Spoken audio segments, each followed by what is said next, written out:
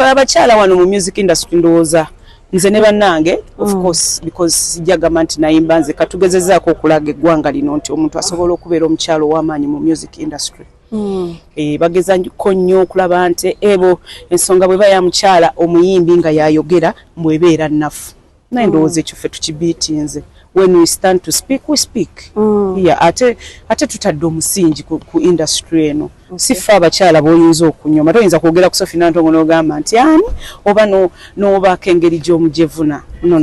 Bakyala kibolaba mutuufu nga baggyeyo ensonga yeeyo mu industry saawa eno tuwulire ne bw'abataano. No, abayimbi bangi nnyo kati abakyala abayimiridde era ne bagezaako okudifayinga ekyo kye babadde bagezaako okuteekawo nti industry erina kubeera y'abasajja. Shiba mukyala muyimbi ate w'amaanyi.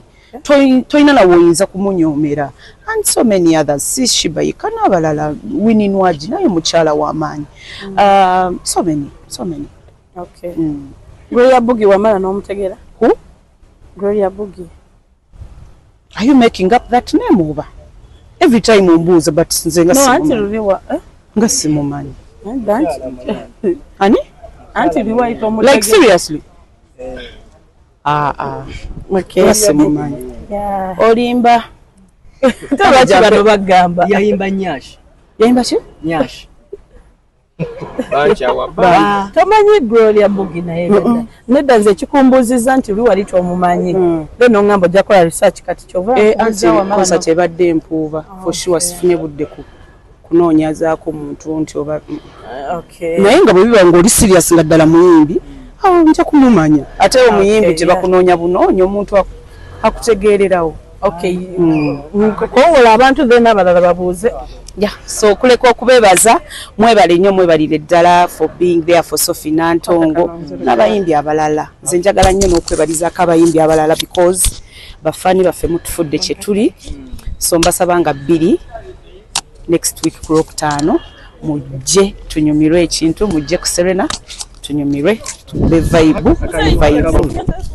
Oyogera wali ogambi tukulabanga omuyimbi ekimookina naye ogambye nti industry yakusukkako nga ebintu ebimu yali ekusaba tugenda bintu ki era embeera yabyetira. Bwe nali ntandika industry eno ng'omuwala omuto nina challenges ze na facinga nga zikontana nange ng'omuntu because waliwo Sophie Nantongo omuyimbi, waliwo Sophie Nantongo omuntu nze nganze.